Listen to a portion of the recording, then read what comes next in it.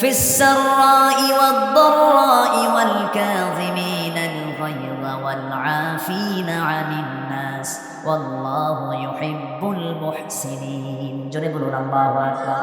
এখানে আল্লাহ রাব্বুল আলামিন বলেছেন মুহসিনদেরকে আল্লাহ খুব ভালোবাসেন, যারা ইহসান করে, সহানুভূতি দেখায়, উদারতা দেখায়, বিপদে মুসিবতে তার পাশে দাঁড়িয়ে যায়। প্রতিবেশীর গুরুত্ব আছে না নাই বলেন?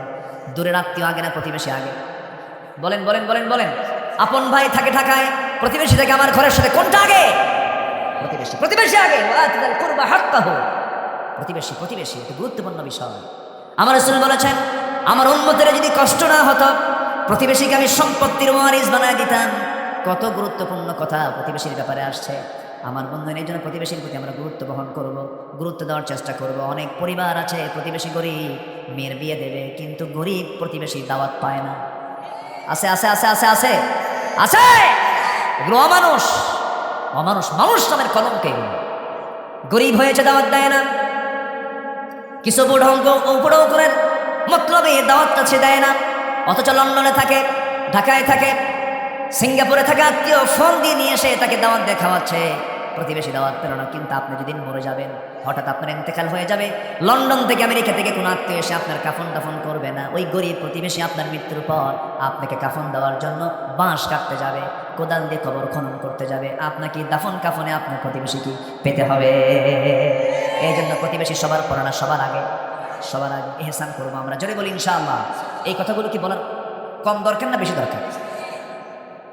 সামাজিক বিষয় তো। শুধু আপনি শুনছেন না কথাগুলো, প্রযুক্তির কল্যাণে গোটা দুনিয়া চলে যাচ্ছে, কোটি কোটি মানুষগুলো কথাগুলো শুনছে। একটু মনোযোগ দিয়ে কথাগুলো শুনুন।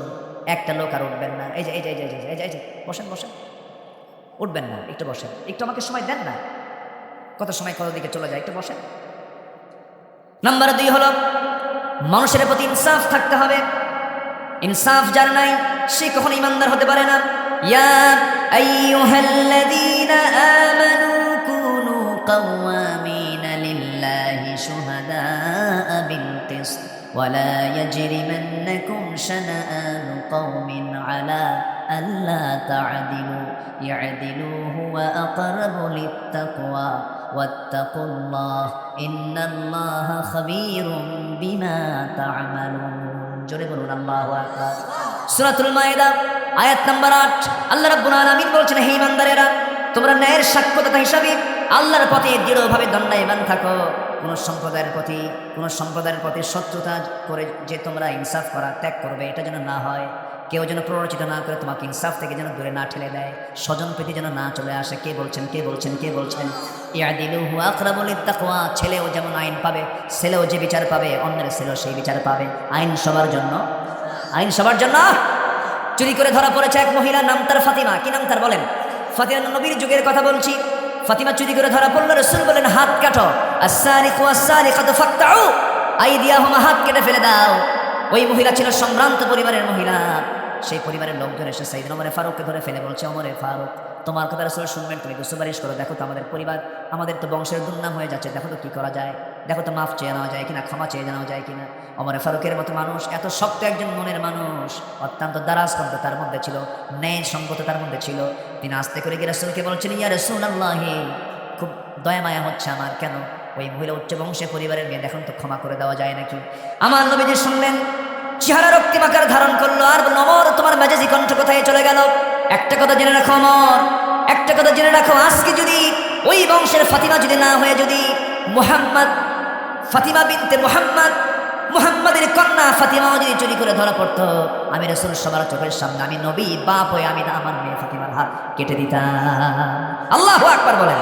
ওয়ালা ইয়াজরিমান্নাকুম শানাআনু কওমিন আলা আল্লা তা'দিলু।